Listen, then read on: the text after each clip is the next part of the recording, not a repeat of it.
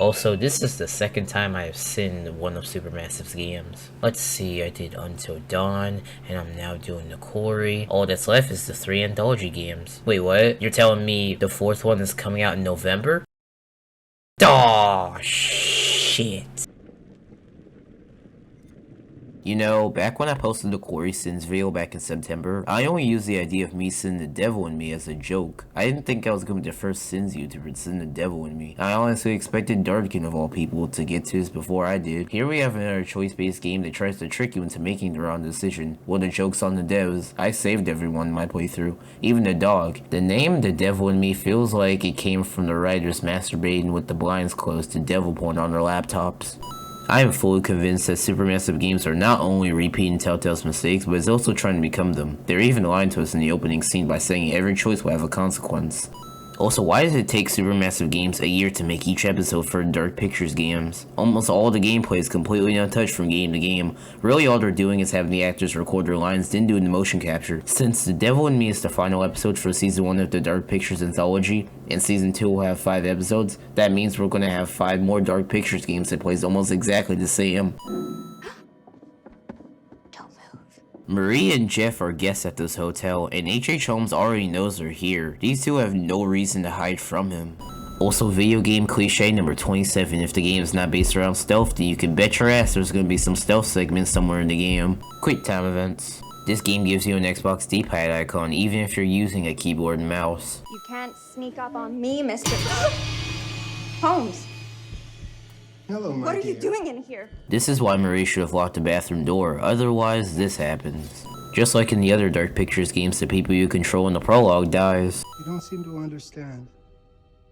I was born with the devil in me. Roll credits. There's always something off about the facial capture in Supermassive's games that's hard to pin down, but your brain subconsciously notices. Sure, the faces are rendered realistically enough, but that places a bigger burden for the facial animations to look right. Now that the prologue is over, we have now arrived to the worst part of the game, which is the cast and the game-breaking glitches if you play with someone. Now that you're tasked with keeping these unlikable saps alive, you're kinda left with hoping that they'll reflect on the trauma and become better people. Come on, Charlie. What do we know about this guy? He's rich, he's a recluse, he's obsessed with H.H. Holmes. Totally sane, I'm sure. Before we go any further, I have to ask that we lock up your phones for safekeeping. So some random guy calls up Charlie and his crew members, asks them to go to an abandoned island in the middle of nowhere, then some random unknown person pulls up in a black limo, and while not saying a word takes them to said abandoned island, then halfway there he asks them to lock up their phones, and none of the cast members nor Charlie finds that shady at all. That's certainly, up there. That's what she said. It took until 2022 for Supermassive Games to include basic gameplay mechanics. The game shows me a thumbstick controller icon even though I'm using a keyboard and mouse. This game was clearly meant to be played on a controller. Lamest jump scare ever. Button mashing. I'm looking forward to seeing all it is you have to offer. We truly appreciate this. Oh yes, Kate, I'm sure you do appreciate this. Stop trying to make me like you. That is exactly what runs through my mind when the game tries to make these saps likable. Ow! Oh my, damn it! Almost everyone actually falls for this. Try not to fall and die. I don't want to see Mark cry. Well geez, I didn't know Dr. Seuss was part of the writing team at Supermassive Games. Aaron? Are you alright? This reminds me of shit summer camps. The Quarry reference detected. This hotel is supposed to be an exact replica of the one we saw in the prologue, yet it looks nothing like it. Oh! Sorry. You're jumpy. Oh my god. I think I peed a little. You pissed yourself from that? This is my Don't Be Scared song. Sing it and I won't be scared long. These funny shapes are numbers. They go up and down in order. Charlie really needs to lay off the cigarettes if he's not able to tell what numbers are. Do I look fucking stressed? Yes. There was a bar off the lobby. There must be cigarettes in the bar, right? Why would there be cigarettes in a bar? I mean, granted, he is right, but still, who would even think to check the bar for cigarettes? Ark, why are you letting them all think I broke up with you? Because you did? 4K. Shit. Let's get the fuck out of me. This is how it's gonna go from now on whenever a jump scare happens in this game. Whenever there's a jump scare that I like, I'm gonna remove a sin. Whenever there's a jump scare that sucks, I'm either gonna say lame, weak, or nope, do better. There. See that key? Just need to find a way through. Or you can just use a book, break the glass, open the door, then grab the key. Fuck! He's using us. I deserve better than this. So do you. We all do. Kate! Apparently Charlie has the ability to spawn out of nowhere. Maybe if we all just sit here quietly and wish really hard, the magical post-production pixies will just assemble a cut for us and send it to the network. This game would be a hell of a lot more interesting if that actually happened. The lights out trope. Weak. Thank God. Something from this century. Jamie, this is the same fuse box puzzle you solved earlier. Hey look y'all, it's Flea from Anthology. Who's there? Surprise, motherfucker! This is the point in the game where I purposely try to get Aaron killed to see if something more interesting would happen, only to find out that Dumet just drops the inhaler then just walks away. I love your way of thinking, Charlie. The devs at Supermassive Games must have watched the entire Saw franchise before making this game. The guy in the chair will still die no matter what choice you make. There is nothing you can do to save him. I mean, granted, you can later find out that the guy in the chair wasn't animatronic. I could take off a cinch for how well done it is, or I could add a cinch for the game giving me the illusion of choice for no reason. I guess the only question that will sell this is, what would an asshole do? I'm not going through it all again. What if this time is different? Oh, come on. That's not likely, and you know it. More button mashing. That is the second time the lights have went out. Also, in the launch trailer for this game, they straight up spoiled the way that Charlie can die. This is why I chose the option to hide under the metal grate.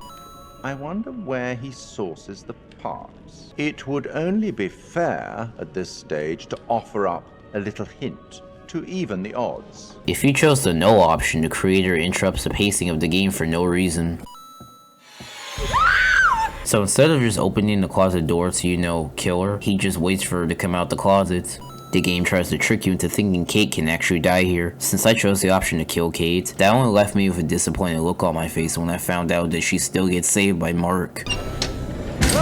By Mark. Another example of video game cliche number 27. This hide mechanic feels like a carbon copy of the hold breath mechanic from The Quarry. Oh god, not this fuse box puzzle again, Skip. Nope, do better. Of course the freaking code was 1999. Lame. This is the third example of video game cliche number 27. At best, maybe he's insecure about something and it gives him confidence. Insecure. Like, low self-esteem? Who's gonna do it? It's my plan. I'll be the bait. Wow, even the devs knew some of your choices wouldn't matter. You don't even get to decide who gets to be the bait. Shit! More quick time events. Girl that trips while running cliche. Yeah, that's right, I'm making it a cliche. The fact that game developers are trying to bring that shit into video games is sinful to say the least. Goddamn Dumet! This is exactly what he wants! He's making you choose which one of us dies! No shit, Kate. Aw, cute. The game tries to trick me into thinking Jamie dies here despite her having a screwdriver. We're both alive, that's all that matters. There he is! Dumet knows off-screen stealth. This is the fourth example of video game cliche number 27. Should I stab all these lockers to make sure who's ever hiding in them is dead? Or should I just stab a few of them? Nah, I'm gonna go with the latter. Fucking hands off me! Where did Jamie come from?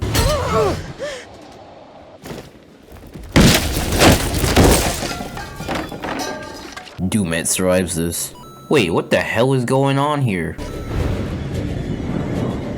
Wait, what the hell is that point at slow-mo? A Shining reference? Well, that was random. Where the hell is Aaron? I was wondering the exact same thing. I guess the game didn't expect me to keep her alive. Well, that was weird. If any of you assholes decided to kill this dog, you are more of a monster than Dumet. Need a hand? Where the hell did Aaron come from? Hello, motherfucker. He killed them. When did Dumet have time to do that? Until I know what's happening here, no one moves. Did you not just hear the Molotov that just went off in the background? How the hell is Dumet able to chop off this cop's hand within one swing? More quick time events for the finale of this game. You just couldn't resist, could you, Supermassive? Dumet is a dick to dogs. Bye, Dumex. Oh, shit. This trucker almost ran over 5 people, all because he dropped a bag of chips. Staring off into the sunrise cliche. Sequel baiting. Wait, the first episode in season 2 of the Dark Pictures Anthology will take place in outer space?